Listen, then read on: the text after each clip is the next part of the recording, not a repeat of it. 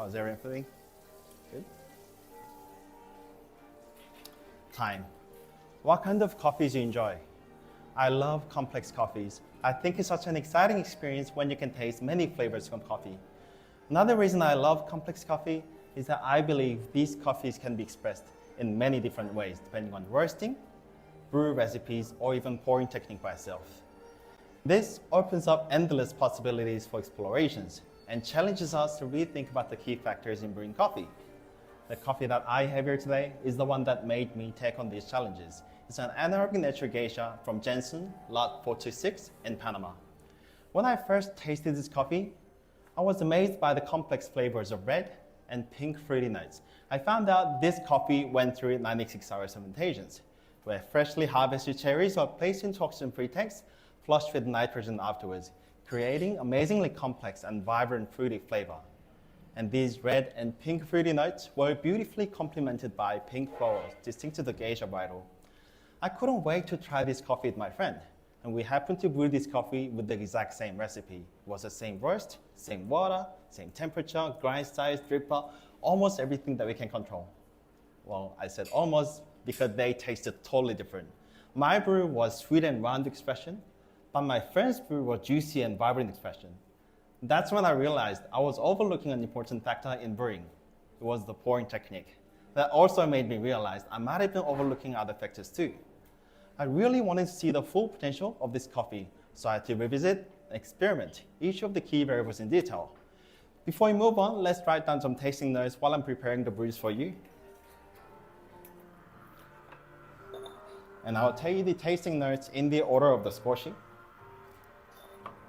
The aroma has medium plus intensity, and you'll be able to find hibiscus, raspberry, and dark cherry.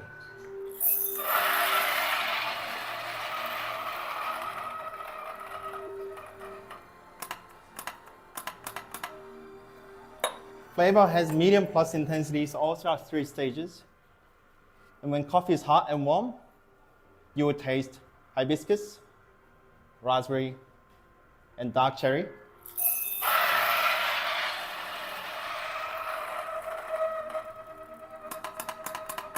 And as the coffee cools down, you can still taste raspberry and hibiscus, but you'll start tasting dark chocolate.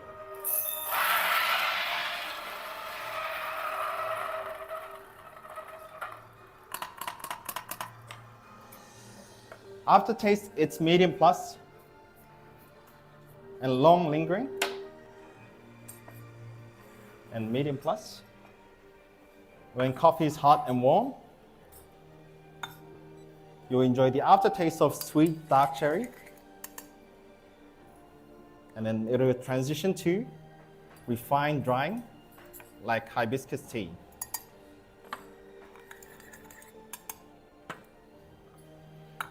Acidity, it's medium, and it's citric when hot, reminiscence of raspberry,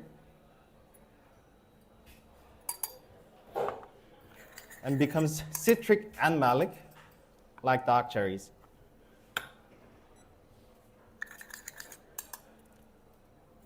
Sweetness, it's medium plus, and it's cherry ripe when coffee is hot and warm, and becomes dark chocolate as it cools. Mouthfeel, it's medium. It's smooth and round when hot, becomes juicy as it cools. Are we good to move on? Excellent. Now let me walk you through how I prepared this coffee. As this coffee went through extended fermentations, it naturally has pronounced and bright acidities. So I extended the roast to refine these acidities also, and hence ripe red fruit notes like raspberries. To preserve vibrancy from longer roasting, I also lowered the development ratio. The coffee that I'm serving you today was roasted for 8 minutes and 15 seconds with 9% development ratio. As you guys can see, I had these cups frozen using dry ice, but I'll come back to explain about this later on. For brewing, I chose ceramic origami dripper. For the large heat capacity, which enhances the ripe fruit sweetness from roasting, paired with origami paper filter for faster drainage, which allows me to use finer grind size, down to 600 microns without compromising balance in the cup. And this grind size best highlighted those red fruit notes that I really enjoyed from this coffee. In order to maintain the beautiful pink floral notes at this grind size, I'm going to split the pours into 4 pours, allowing 30 seconds in between. The recipe that I'm using today is 15 grams of coffee, 225 grams of water, which is 1:15 ratio for the harmony of all the flavors in the final cup. For the first pour, I'm adding 45 grams of water, pouring at about 6 grams a second. And this slow pour will make sure I'm wetting all the coffee grounds evenly for the even extraction. From the second pour, I'm adding 60 grams of water. For each 60 grams, I'm using center pour for the first 30 grams of 60 grams to create turbulence in the coffee bed that helps bringing out the full potential of this coffee. Then use circular pour for the remaining 30 grams to promote even saturation across the coffee bed.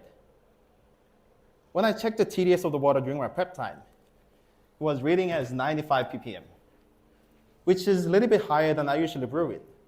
So I adjusted the temperature of the kettle to be a little bit lower than usual, which is 91 degrees for the first 2 pours, to bring out those delicate citric and malic acidities.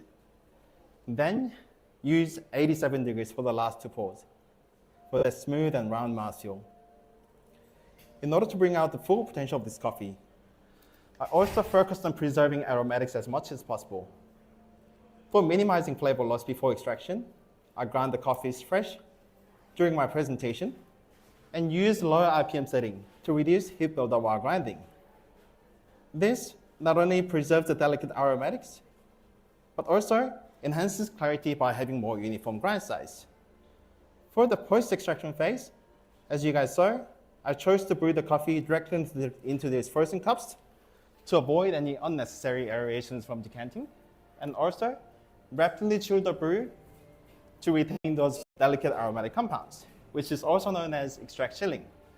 Now my brew is almost finished, but the coffee is a little bit too hot for evaluations, so let's wait for a few more minutes before drinking. However, at this temperature, those delicate aromatic compounds continue to evaporate.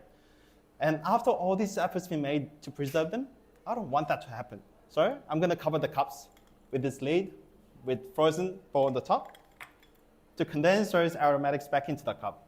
And trust me, guys, it makes huge difference. Now, there's only one last variable in the expression of the coffee.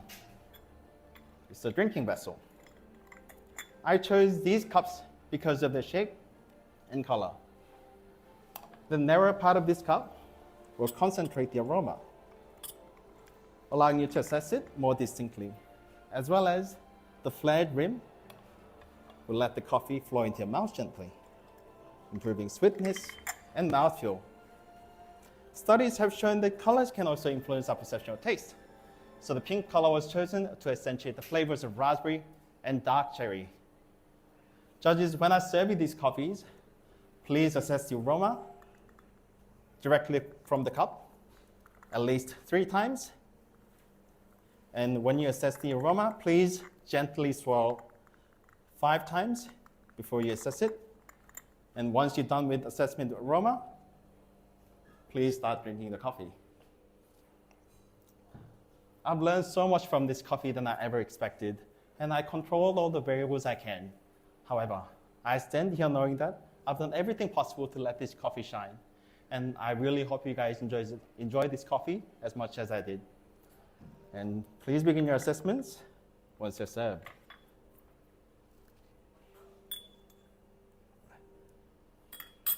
You guys ready?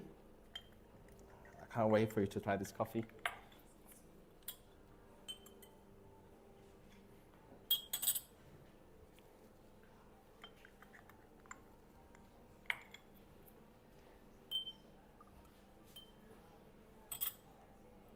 It's for you. Please enjoy. It's for you. Please enjoy.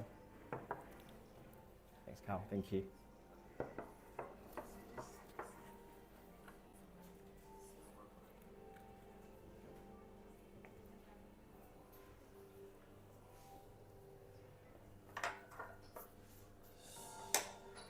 and this is my time.